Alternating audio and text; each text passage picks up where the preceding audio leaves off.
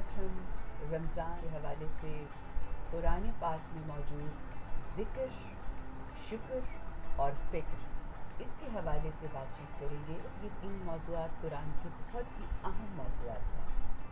تو ہم آغاز کرتے ہیں ذکر کی آیات سے۔ جی الحمد للہ رب العالمین، الصلاۃ والسلام علی محمد الامین، اعوذ باللہ من الشیطان الرجیم، بسم اللہ الرحمن الرحیم۔ قرآن پاک ہدایت کی کتاب ہے جس کے ذریعے ہم یہ سمجھے ہمارا مینول ہے جو ہمیں یہ بتاتا ہے کہ ہم نے اس زندگی کو کس طرح اللہ تعالیٰ کے احکامات کے تابع ہو کے گزارنی ہے۔ قرآن پاک ایک یاد دہانی ہے، ہم جانتے ہیں، اور یاد دہانی جو ہوتی ہے وہ کوئی ایسی چیز نہیں ہوتی جو نئی ہو، وہ ہمارے اندر موجود ہوتی ہے۔ یعنی یاد دہانی ہم نے کسی ایسی چیز کی نہیں کرنی ہوتی جو کہ موجود نہیں ہے اور ہم اس کو سمجھنے، سوچنے اور جاننے کی کوشش کرتے ہیں۔ یاد دہانی ہماری وہ ہوتی ہے جو ہمارے پاس موجود ہوتی ہے، بیک آف مائنڈ ہوتی ہے، اور ہم نے اس کو اپنے انکانشیس سے کانشیس میں لا کے اسے پریکٹس کرنا ہوتا ہے۔ تو قرآن یاد دہانی ہے۔ قرآن جو ہے وہ ایسی کتاب ہے، وہ ایک ہمیں بتاتی ہے کہ ہم نے کیا ٹھیک ہے، کیا غلط ہے، کیا ہماری آخرت میں کام آئے گا، کیا ہماری آخرت میں کام نہیں آئے گا۔ ہمیں ان چیزوں کو کلیئر کٹ قرآن کے حوالے سے سمجھ لینا ہے۔ تو قرآن میں جو چند موضوعات ہیں جو بہت ہی اس حوالے سے عام ہیں کہ ان پہ ہماری ساری آخرت میں کامیابی کا دار و مدار ہے۔ ان موضوعات کو اگر ہم اچھی طرح سمجھ لیں تو ظاہر ہے کہ یہ ایک جو اس دنیا کا سفر ہمیں لاحق ہے، جہاں سے ہم گزر رہے ہیں، وہ ہمارا بہتر ہو جائے گا۔ تو اس میں ہمیں یہ سمجھنا ہے کہ قرآن کیا بتاتا ہے کہ ہمارا اس دنیا میں آنے کا مقصد کیا ہے، اور پھر یہ کہ جو اس دنیا میں آنے کا مقصد ہے، اس کے بعد جو اللہ نے ہمیں ہدایت دی ہے، اس ہدایت کا کیا مقصد ہے۔ یعنی یہ قرآن جو ہے یہ دین کی کتاب ہے، اس دین کا کیا مقصد ہے۔ تو آج ہم ابتدا کریں گے اس بات سے کہ ہمارا اس دنیا میں آنے کا مقصد قرآن کیا بیان کرتا ہے۔ تو دنیا میں آنے کا مقصد قرآن نے جو بتایا ہے وہ ہم دیکھتے ہیں۔ قرآن کی ہی آیت کی روشنی میں ہم اس کو پڑھ لیتے ہیں کہ اللہ تعالیٰ نے دنیا میں آنے کا مقصد کیا بتایا۔ کہا کہ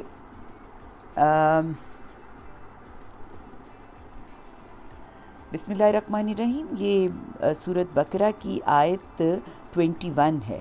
بتایا، لوگو اپنے پروردگار کی عبادت کرو جس نے تم کو اور تم سے پہلے لوگوں کو پیدا کیا تاکہ تم اس کے عذاب سے بچو۔ گویا اللہ تعالیٰ نے ہمیں اس دنیا میں اپنی عبادت کے لیے بھیجا ہے۔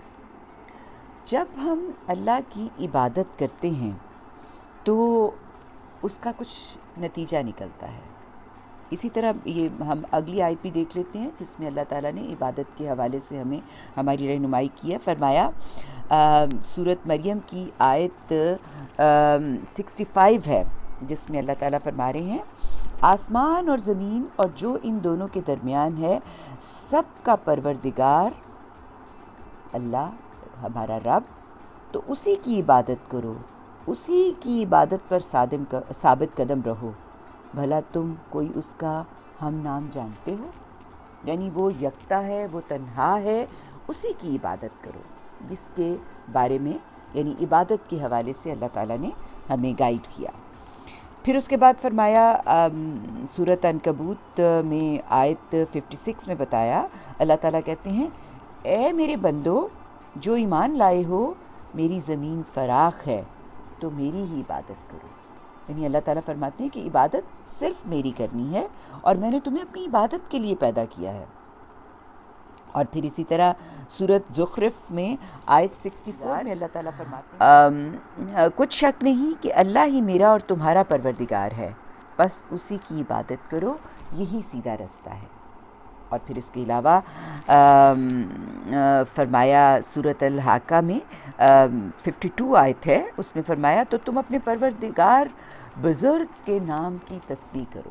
گویا اللہ تعالیٰ نے قرآن پاک میں ہمیں، اور بھی بہت ساری جگہیں ہیں جس میں اللہ تعالیٰ نے ہمیں بتایا کہ ہم اس کی عبادت کریں. یعنی ہمیں اللہ تعالیٰ نے اپنی عبادت کے لیے اس دنیا میں بھیجا ہے. اب جب ہم عبادت کرتے ہیں تو اس کا رزلٹ کیا نکلتا ہے؟ جب ہم عبادت کرتے ہیں تو اس کا رزلٹ یہ نکلتا ہے کہ ہم پاک ہوتے ہیں، ہمارا تزکیہ ہوتا ہے. اور ہمارا تزکیہ جب ہوتا ہے تو پھر اس کا نتیجہ کیا نکلے گا؟ اس کا نتیجہ یہ نکلتا ہے کہ ہم جنت کے لیے کوالیفائی کر جاتے ہیں. اللہ تعالیٰ نے وہ انعام جو جنت کی صورت میں مومنین کے لیے رکھا ہوا ہے، اس میں داخل ہونے کی جو لازمی شرط ہے وہ پاکیزگی ہے. اللہ تعالیٰ نے جنت پاکیزہ لوگوں کے لیے بنائی ہے. تو اللہ تعالیٰ فرماتے ہیں کہ وہ جنت جو میں نے پاک لوگوں کے لیے بنا کے رکھی ہوئی ہے، اس کی طرف لپکو، اس کی طرف دوڑو، اس کی صحیح کرو. تو اس کی صحیح کیسے کرنی ہے؟ عبادت کرنی ہے، خود کو پاک کرنا ہے. اچھا، اب عبادت کرنا، پاک کرنا، یہ جو عمل ہے، اس کے لیے کچھ باقاعدہ اللہ تعالیٰ نے قرآن پاک میں گائیڈ لائن دی ہمیں کہ آپ یہ کام کریں. یعنی اپنی عبادت کے جو طریقے ہیں ان میں اللہ تعالیٰ نے ہمیں سب سے پہلے بتایا کہ تم ذکر کرو، اللہ کا ذکر کرو. ذکر کیا ہے؟ یہ ذکر یاد ہے، نصیحت ہے. کوئی چیز جو آلریڈی ہمارے پاس موجود ہے، ہمارے اندر موجود ہے، اس کو ہم سمجھتے، ریوائیو کرتے، اپنے انکانشیس سے سب کانشیس اور پھر کانشیس میں لے کے آتے ہیں، تو ہم کہتے ہیں کہ ہم ذکر کر رہے ہیں. تو اللہ تعالیٰ نے قرآن پاک میں کم و بیش 24 یا 25 جگہ پہ یہ بتایا کہ اللہ کا ذکر کرو. تو ظاہر ہے کہ یہ ذکر ایک اہم چیز ہے جو کہ اللہ تعالیٰ نے ہمیں کہا کہ یہ کرو. یعنی اللہ کی یاد کرو، نصیحت حاصل کرو، قرآن پڑھو. اور ایک جگہ یہ تورات کے لیے بھی لفظ جو ہے وہ ذکر آیا ہے. تو ذکر ایک اہم حکم ہے جو اللہ تعالیٰ نے ہمیں دیا ہے. تو ہم دیکھتے ہیں کہ یہ حکم اللہ تعالیٰ نے جن جگہوں پہ ہمیں دیا ہے وہ کون کون سی جگہیں ہیں. ہم ان میں سے چند جگہ نکال کے دیکھتے ہیں اور دیکھتے ہیں کہ یہ ذکر کا جو حکم دیا گیا ہے یہ کیا ہے. اور باقاعدہ حکم بھی دیا گیا، اس کی ترغیب بھی کی گئی، اس کی نصیحت بھی کی گئی، اور پھر ذکر کرنے والوں کے اوصاف بھی بتائے گئے. پھر اس کے علاوہ ذکر جب ہم کرتے ہیں تو اس کا جو اثر ہوتا ہے وہ بھی اس میں بتایا گیا. اس کے ساتھ قرآن پاک میں اللہ تعالیٰ نے ان لوگوں کے بارے میں بھی بتایا جو ذکر سے گریزاں ہیں، یعنی ذکر کرنا نہیں چاہتے، ان کے بارے میں بھی اللہ تعالیٰ نے بتایا. اور اس کے ساتھ ساتھ بتایا کہ جب انسان ذکر کرتا ہے تو پھر اس کا نتیجہ کیا نکلتا ہے. تو یہ ساری باتیں جو ہیں مختلف آیات میں اللہ تعالیٰ نے انسان کو اس کی بہتری، اس کی رہنمائی، اس کی جنت کی طرف کے سفر کے لیے بیان کی. تو ہم ابتدا کرتے ہیں کہ اللہ تعالیٰ نے پہلا جو حکم دیا ذکر کے بارے میں وہ کیا ہے. اللہ تعالیٰ فرماتے ہیں سورۃ احزاب میں اللہ تعالیٰ نے آیت 41 میں فرمایا، اے اہل ایمان اللہ کا بہت ذکر کیا کرو. یعنی دو باتیں اس میں بڑی سمجھنے والی ہیں کہ اہل ایمان، یعنی اللہ تعالیٰ نے جو ایمان لے آئے ہیں، جن کو اللہ نے اس کیٹیگری میں رکھ دیا جو صاحب ایمان ہیں، ان لوگوں کو ایڈریس کرتے ہوئے اللہ تعالیٰ نے یہ کہا کہ میرا ذکر بہت کیا کرو، یعنی ذکر، میری یاد دہانی، میرے بارے میں بات، میرا تصور، میرا خیال، میری سوچ کہ میں تمہارے ساتھ ہوں، یہ بہت کیا کرو۔ اچھا، اب اس کے حوالے سے ایک بات کلیئر ہو جائے آپ کے سامنے کہ جو ذکر ہے یہ کن کن صورتوں میں ہوتا ہے، یعنی ذکر کی کیا کیا صورتیں ہیں۔ ذکر کی سب سے پہلی صورت جو ہے وہ نماز ہے، یعنی ہم جب نماز پڑھتے ہیں تو ہم خدا کا ذکر کر رہے ہوتے ہیں، ہم اپنے رب کا ذکر کر رہے ہوتے ہیں جب ہم نماز ادا کرتے ہیں۔ دوسری چیز جو ہے ذکر کے حوالے سے وہ ہے قرآن۔ جب ہم قرآن پڑھتے ہیں تو ہم خدا کا ذکر کر رہے ہوتے ہیں، یعنی وہ بات جو خدا نے ہمیں بھیجی ہماری رہنمائی کے لیے، ہم اس کے بارے میں جب بات کر رہے ہوتے ہیں تو ہم ذکر کر رہے ہوتے ہیں۔ تیسری چیز جو ہے وہ ہے دعا۔ نبی پاک نے ہمیں بہت ساری دعائیں سکھائیں، اور ہمارے اندر بھی اللہ تعالیٰ نے کچھ ہمیں بنایا اس طرح کا ہے، جس فطرت میں ہمیں بنایا ہے، وہ فطرت کنیکشن چاہتی ہے خدا سے، اس کریٹر سے جس نے ہمیں بنایا ہے۔ تو دعا ہے ایک اور اہم چیز جو کہ ذکر ہے، یعنی جب ہم دعا کرتے ہیں اپنے اللہ کی سکھائی ہوئی، رسولوں کی مانگی ہوئی دعائیں جو قرآن پاک میں ہیں، نبی پاک صلی اللہ علیہ وآلہ وسلم کی سکھائی ہوئی دعائیں جس میں کہ ہدایت ہے، رحمت ہے، اس کی طلب ہے، دنیا اور آخرت کی بھلائیاں ہیں وہ، اور پھر ہمارے اندر سے نکلی ہوئی دعائیں، یہ سب بھی ذکر ہے۔ گویا نماز، قرآن، دعا اور تسبیحات، یعنی ہم اللہ کی بڑائی بیان کرنے کے لیے جو بات کرتے ہیں، ہم جو تسبیحات کرتے ہیں، یہ بھی ذکر ہے۔ تو یہ کچھ چیزیں ہیں جو ذکر کہلاتی ہیں۔ اس کے علاوہ ایک چیز اور بھی ذکر ہے، جب ہم کوئی بھی کام کر رہے ہوتے ہیں، ہم کسی بھی قسم کا کوئی کام کر رہے ہوتے ہیں، اس کام کے کرنے میں اگر خدا کا خوف شامل ہے، یعنی ہم یہ سمجھتے ہیں کہ ہم کوئی غلط بات نہ کریں، جو اللہ کی بتایا ہوا طریقہ ہے ہم اس کے مطابق اپنی زندگی گزاریں، یعنی ایک اکاؤنٹیبلٹی کا جو تصور ہوتا ہے، جو ہمارے اندر ایک تصور ہوتا ہے کہ ہم نے کوئی غلط کام نہیں کرنا، اگر ہم اس احساس کے ساتھ چل رہے ہیں تو یہ بھی ذکر ہے۔ گویا ذکر جو ہے وہ ایک حالت کا نام بھی ہے کہ جب ہم اس کیفیت میں ہوں کہ خدا ہمیں دیکھ رہا ہے، ہم جو کچھ بھی کر رہے ہیں ہم نے اس طریقے سے کرنا ہے کہ ہم کوئی ایسا کام نہ کریں جو خدا کی ناراضی کا باعث بنے، تو یہ بھی ذکر ہے۔ تو گویا ہم نماز پڑھ رہے ہیں، ہم قرآن پڑھ رہے ہیں، ہم دعا کر رہے ہیں، ہم تسبیحات کر رہے ہیں، اور ہم خدا کے خوف کے تصور کے ساتھ جی رہے ہیں، تو یہ سب کیا ہے؟ یہ ذکر ہے، اور یہ وہ ذکر ہے جس کا اللہ تعالیٰ نے ہمیں قرآن پاک میں حکم دیا ہے۔ میں نے آپ کو جو حکم کی آیت تھی وہ پڑھ کے بتائی۔ اب میں آپ کو بتاتی ہوں کہ اللہ تعالیٰ نے کچھ اور چند جگہوں پہ جب ذکر کے حوالے سے بات کی تو ہماری کس طرح سے رہنمائی کی۔ فرمایا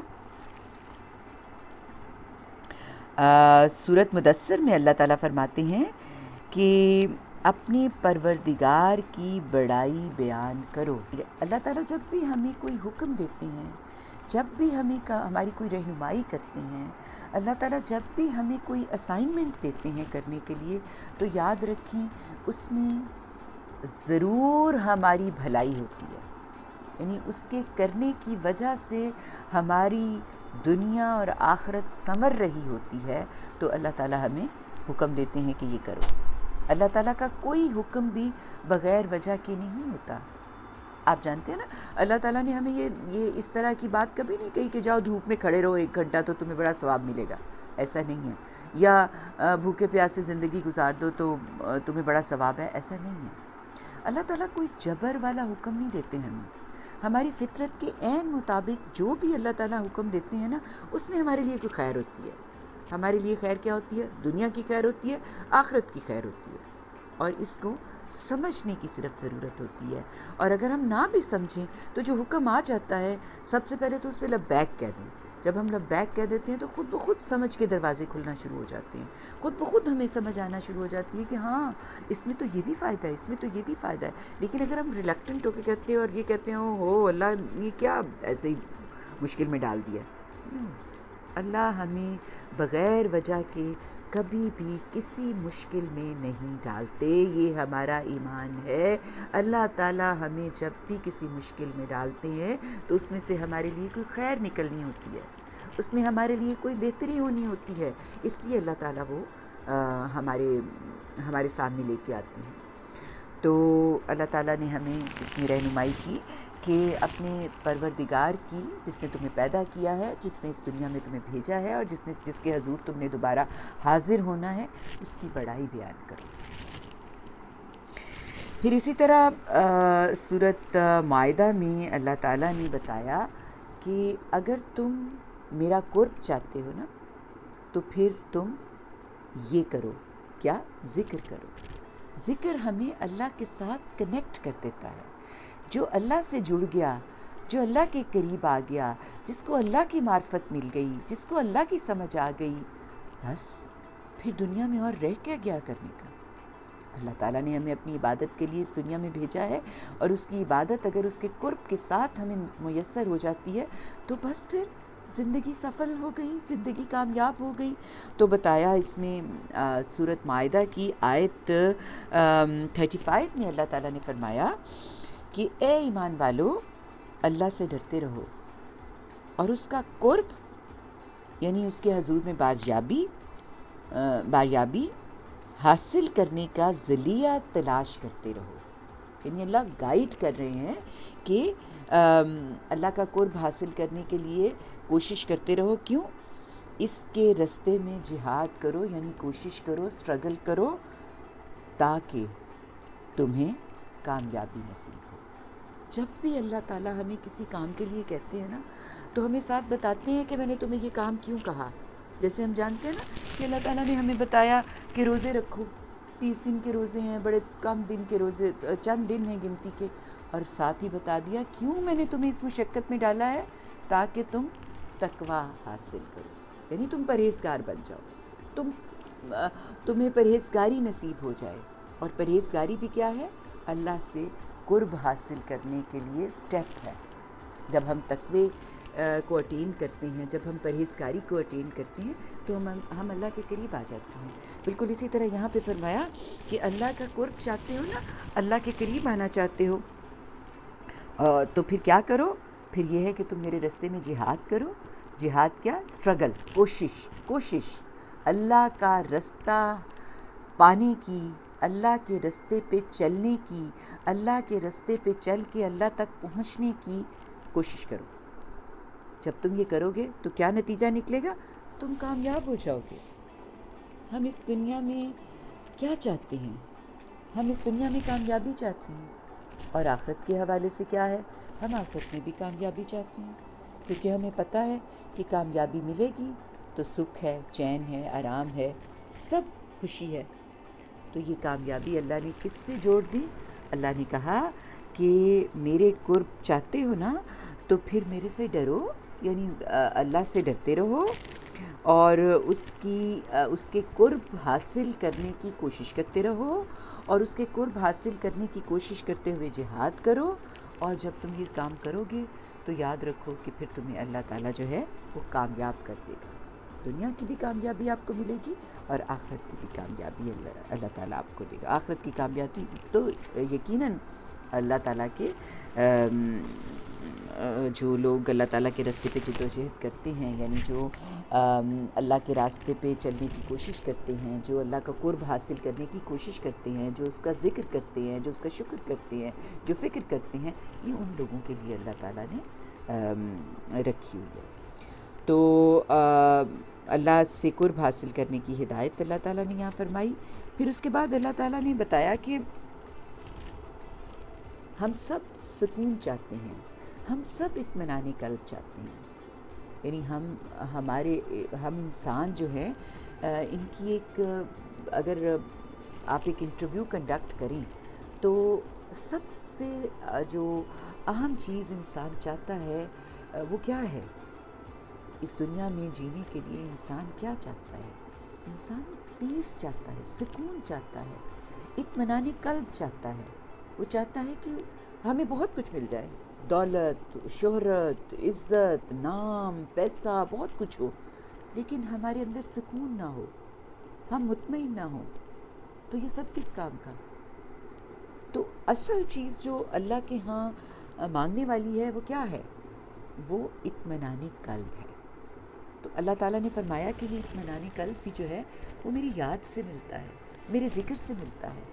تم مجھے یاد کرتے ہو، میرا ذکر کرتے ہو، وہی نماز، قرآن، دعا، اللہ کی تسبیح اور اللہ کے ہونے کا احساس، وہی ساری ذکر کی حالتیں.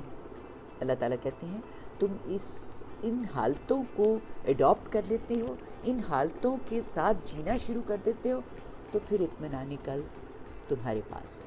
یعنی اطمینان قلب کے جو اطمینان قلب اگر ایک بڑا باغ ہے تو اس کو کھولنے کا جو دروازہ ہے وہ بھی ذکر ہے، وہ بھی خدا کی یاد ہے.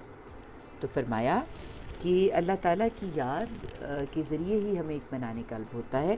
اس کے لیے آیت ہے سورۃ رعد کی آیت 28 ہے. فرمایا کہ جو لوگ ایمان لاتے ہیں اور جن کے دل اللہ کی یاد سے آرام پاتے ہیں ان کو سن رکھو. یعنی ان سب کے لیے یہ بتایا کہ سن رکھو کہ اللہ کی یاد سے ہی یہ لوگ آرام پاتے ہیں. یعنی ہمیں سکون چاہیے، ہمیں اطمینان چاہیے، ہمیں گھبراہٹ سے نجات چاہیے، ہمیں پریشانی سے نجات چاہیے. تو ہم نے کیا کرنا ہے؟ ہم نے اللہ کی یاد کی طرف پلٹنا ہے، کیونکہ اللہ نے اپنی یاد میں سکون رکھ دیا ہے. یعنی جو اللہ کی طرف پلٹے گا، جو نماز قائم کرے گا، جو قرآن کے ساتھ رابطہ رکھے گا، قرآن سے رہنمائی لے گا، جو اللہ کی حضور دعا کرے گا، جو تسبیحات کرے گا، اور جو اس احساس کے ساتھ جیے گا کہ مجھے اللہ تعالیٰ نے جو کچھ بھی ہوں یہ میں اللہ نے مجھے بنایا ہوا ہے اور میں نے اسی کی طرف لوٹ کے جانا ہے. جب ہم اس احساس کے ساتھ جی رہے ہوتے ہیں تو یہ ہمارا ذکر کی کیفیت ہوتی ہے. تو کہا کہ اس سے لوگوں کو اطمینان ملتا ہے.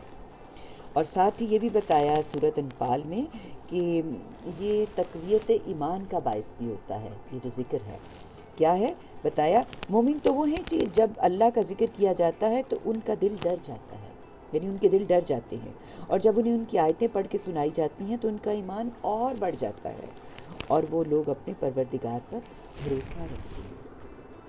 یعنی یہ بھی جن لوگوں کی تعریف اللہ نے کی ہے وہ سارے ذکر کرنے والے. یعنی ذکر جو ہے یہ باعث تقویت ایمان ہوتا ہے. اور اللہ کا بڑا احسان ہے کہ اگر ہم اس بات کو سمجھ سکیں اور اپنی زندگی میں رائج کر سکیں کہ ہم نے ذکر جو ہے اس کو اپنی زندگی کے ساتھ خاص کرنا ہے. وقت ختم ہونے لگا ہے کیونکہ ہمارے پاس 45 منٹس تھے، وہ ختم ہو چکے ہیں. تو انشاءاللہ کل ہم اس کو مزید دیکھیں گے کہ جو اللہ تعالیٰ نے ذکر کے مناسب اوقات بتائے ہیں، تسبیحات کون کون سی بتائی ہیں، یہ ہم انشاءاللہ اب کل جو ہم پڑھیں گے اس میں دیکھیں گے. تو اگر کوئی اس کے حوالے سے سوال کرنا ہے تو پوچھ لیں، تو پھر ہم اس کو کلوز کریں گے کیونکہ ہم 45 منٹس تک ہی اس کو رکھیں گے. ٹھیک ہے؟ اگر کوئی سوال ہے تو آپ پوچھ لیں. Thank you Nasreen, it was beautiful, بہت اچھی کلاس تھی، تھینک یو. جی انشاءاللہ ہم پھر کل پڑھیں گے، اس کو مزید آگے لے کے چلیں گے. ہم نے 3 چیزیں یہ کرنی ہے نا، ذکر، شکر اینڈ تدبر، فکر. تو ابھی ہم ذکر ہی کر رہے ہیں، تو انشاءاللہ باقی ہم کل کریں گے. دعا مانگ لیں جلدی سے، ٹھیک ہے؟ اعوذ باللہ من الشیطان الرجیم، بسم اللہ الرحمن الرحیم، الحمد للہ رب العالمین الرحمن الرحیم مالک یوم الدین، ایاک نعبد و ایاک نستعین، اہدنا الصراط المستقیم صراط الذین انعمت علیہم غیر المغضوب علیہم ولا الضالین آمین۔ اللہم صلی علی محمد وعلی آل محمد کما صلیت علی ابراہیم وعلی آل ابراہیم انک حمید مجید۔ یا اللہ، ہم نے یہ جو قرآن کو سمجھنے کی کوشش کی ہے اس کو قبول فرمائیں۔ یا اللہ، قرآن کو ہماری آنکھوں کی ٹھنڈک اور دلوں کا سکون بنا دیں اور ہمیں اس سے بہترین طریقے سے مستفید ہونے کی توفیق عطا فرمائیں۔ یا اللہ، اس رمضان کی برکتوں سے ہمارے مشکلات کو آسان فرما دیں۔ یا اللہ، دنیا پہ جو ایک مشکل صورتحال بنی ہوئی ہے، یا اللہ ہم جانتے ہیں یہ ہمارے گناہوں کا نتیجہ ہے۔ یا اللہ، ہم بہت بھٹکے ہوئے ہیں، یا اللہ ہمیں راہ ہدایت پہ لے آئیں، اور یا اللہ ہماری مشکلات کو آسان فرما دیں۔ یا اللہ، آپ کے خزانے بھرے ہیں، آپ کے خزانوں میں کوئی کمی نہیں۔ یا اللہ ہمیں اپنے خزانوں سے، اپنی رحمت سے نواز دیں، ہمارے لیے آسانیاں کر دیں، ہماری اولادوں کو راہ ہدایت پہ لے آئیں۔ یا اللہ ہمارے ارد گرد نیک اور صالح لوگوں کو لے کے آئیں۔ یا اللہ ہم یہ جو قرآن کلاس کرتے ہیں اس میں جتنے لوگ ہیں ان کی جتنی بھی نیک خواہشات ہیں ان کو قبول کریں۔ یا اللہ ہمارے لیے آسانیاں لکھ دیں، اور یا اللہ آخرت میں ہمیں اپنا دیدار دیں، انبیاء اور صالحین کے ساتھ اٹھائیں۔ وآخر دعوانا ان الحمد للہ رب العالمین۔